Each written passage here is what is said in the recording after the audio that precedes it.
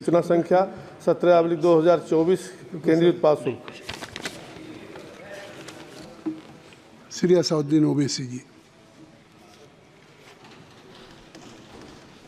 शुक्रिया मोहतरम चेयरमैन साहब, आपने मुझे बोलने का मौका दिया।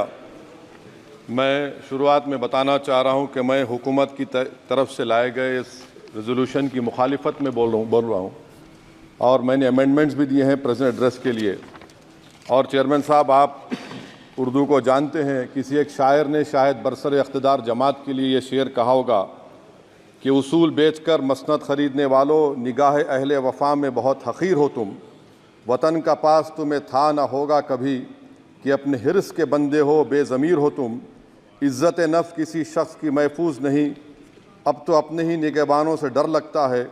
डंके की चोट पे जालिम को बुरा कहता हूँ, मुझे सूली से न जिंदानों से डर लगता है। मोहतरम चेयरमैन साहब, मैं आज इन लोगों की तरफ से बोल रहा हूँ जो दिखते तो हैं, जिनके बारे में बात तो होती है मगर उनकी कोई नहीं सुनता। मैं उनके बारे में बोल रहा हूँ जिनके बारे में वज़ीर आज़म मोदी ने कहा था कि घुसपैठी है। मैं उन बेटियों और माओं के बारे में कह रहा हूँ जिनके बारे में मोदी ने कहा कि ज़्यादा बच्चे पैदा करते। मैं उन मासूम नौजवानों के बारे में कह रहा हूँ जिनको मॉब लिंचिंग के ज़रिए मारा जा रहा है।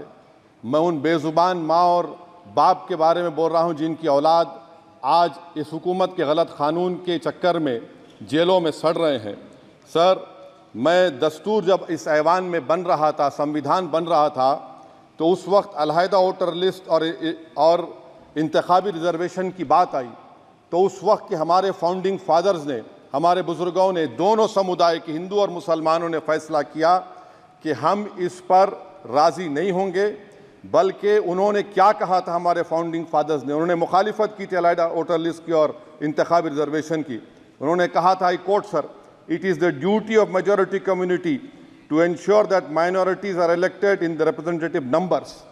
बीजेपी मुसलमानों की नफरत पर जीतती है और मुसलमानों के नाम निहाद मसीहा मुसलमानों के 90% ज़्यादा वोट हासिल करते हैं, मगर फिर भी इस ऐवान के दरवाजे नहीं खुलते मुसलमानों के लिए और सिर्फ 4% मुसलमान जीत कर आते हैं।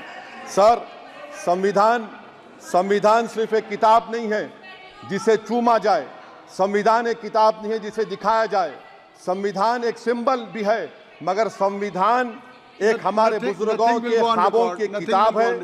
हमारे जमहूरियत को हमारे बुजुर्गों ने इस तरह समझा, हमारे फाउंडिंग फादर्स ने इस तरह जमहूरियत को समझा कि इसमें हर समुदाय और मजहब और समाज के मानने वाले लोगों की राय को शामिल किया जाएगा इस मुल्क को चलाने के लिए। मगर इस ऐवान में सिर्फ 4% मुसलमान जीत कर आते हैं। मैं संविधान से जो मोहब्बत के दावे करते हैं उनसे कहूँगा कि कभी उठाकर पढ़ो कॉन्स्टिट्यूएंट असेंबली डिबेट्स में कि नेहरू ने, HC मुखर्जी ने, सरदार हुकुम सिंह ने माइनॉरिटीज़ के बारे में क्या कहा था।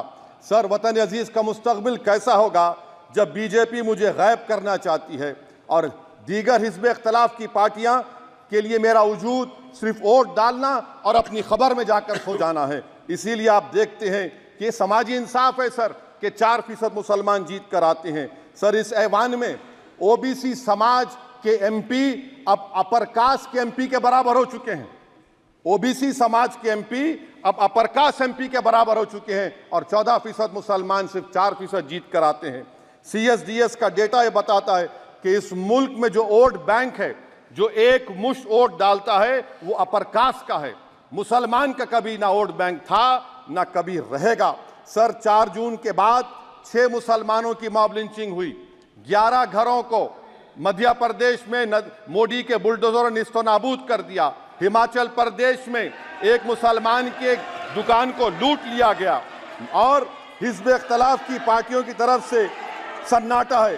शायद अब वक्त आ चुका है कि लफ्ज़ मुसलमान का नाम लेना भी अब उस पर पाबंदी आयद कर दी जाएगी। सर, मैं ये बात बताना चाह रहा हूँ कि नरेंद्र मोदी को जो मैंडेट मिला है। एक मिनट, आप लोग बैठ जाएं, कृपया आप लोग बैठ जाएं। श्री मनसुख मांडविया जी, आप लोग बैठ जाएं, कृपया माननीय सदस्य बैठ जाएं। श्री मनसुख मांडविया जी, कृपया आप लोग बैठ जाएं। अपने प्रारंभिक भाषण में आप लोग बैठ जाएं। माननीय सदस्य ने अपने प्रारंभिक भाषण में जो शब्द प्रयोग करा है उसको ऑथेंटिकेट करा जाए। और अभी उन्होंने उल्लेख करा कि मोदी के बुलडोजर ने वहाँ मॉब लिंचिंग करा है, उसको भी ऑथेंटिकेट करा जाए।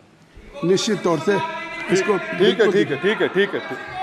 ठीक है। उवैसी साहब जब भी कोई बात नहीं सर, आप चेयर पर बैठे हैं जी, इसलिए आप मंत्री जी को पेट में दर्द हुआ, माशाल्लाह, शुक्रिया उनका। नहीं, तो सर मैं ये बोल की रहा था, जवाबदेही है अरे ये नहीं मंत्री इससे की बुरी बात क्या है? पेट में दर्द हो सकता है, वो दर्द ये सब ठीक अच्छा है। दर्द हुआ, चलिए दर्द हुआ, दिल का दर्द हुआ।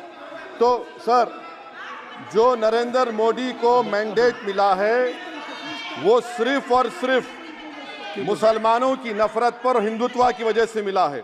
आई would like to say it is not Modi's in dock, but every single person voted him despite his anti Muslim voice. And I would like to tell the opposition parties, this is not a moral victory for you, this is a victory of majoritarianism. Everyone should contemplate and do introspection.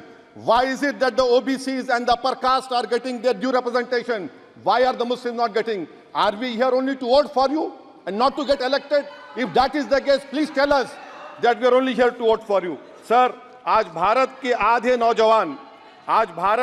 नौजवान बेरोजगार हैं और रोजगार की तालाश, बेरोजगारी का आलम यह है सर कि मोदी सरकार के 5 साल में 75 लाख एस्पिरेंट्स की जिंदगी बर्बाद हो गई, 6 पेपर लीक हुआ।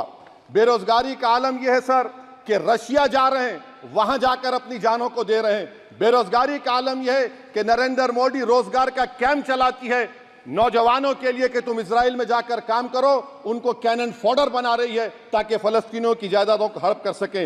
ये भी कंक्लूड मैं, अरे सर मेरा टाइम है, कहाँ टाइम है सर, आप ये टाइम ले लिए मेरा। सर मैं 2 मिनट दीजिए। ये विश्वगुरु की पॉलिसी है, इजराइल को 27 टन हथियार जा रहा है।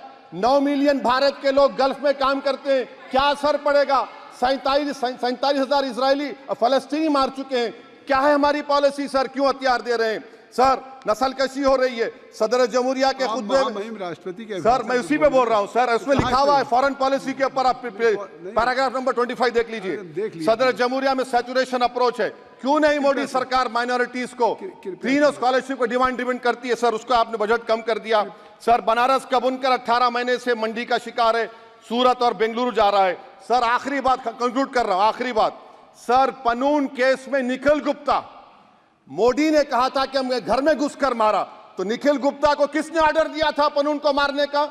अगर नहीं दिया तो उसको बचाइए, और अगर दिया नहीं तो फिर उस पर पीएमएलए क्यों नहीं लगाते? और सर समाप्त करो। कमेटी बनाई आपने, उसका क्या हुआ?